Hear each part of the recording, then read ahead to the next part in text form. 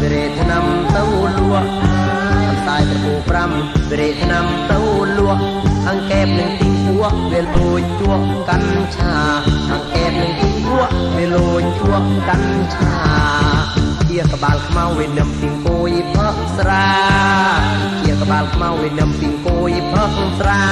រវងមិនដេញភាសាវិជាមណាយតោះគេរវងមិនដេញភាសាវិជាមណាយតោះគេសត្វហ៊ីងក៏ក្លៃស្រីរត់រួតមេសត្វហ៊ីងក៏ក្លៃស្រីរត់រួតមេបកាយជិះស្រែនឹងកំក្លោស្រាគោបកាយជិះស្រែនឹងកំក្លោស្រាគោអាជាក្បាលខ្មៅ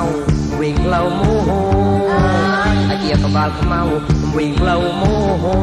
រត់ចូលស្រាមោក៏មុខក៏បាល់ស្រោម៉ាមរត់ចូលក្រុងក៏មុខក៏មុខក៏បាល់ស្រោម៉ាម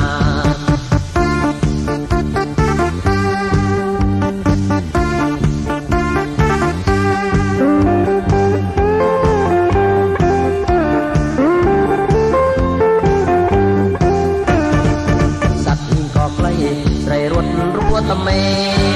សត្វហ៊ីងក៏ក្លៃស្រីរត់រួតមេកកាយជ្រុយស្រែនឹងកប់ក្លោស្រាគោកកាយជ្រុយស្រែនឹងកប់ក្លោស្រាគោអាជាក្បាលខ្មៅវិញក្លៅមោអាជាក្បាលខ្មៅវិញក្លៅមោ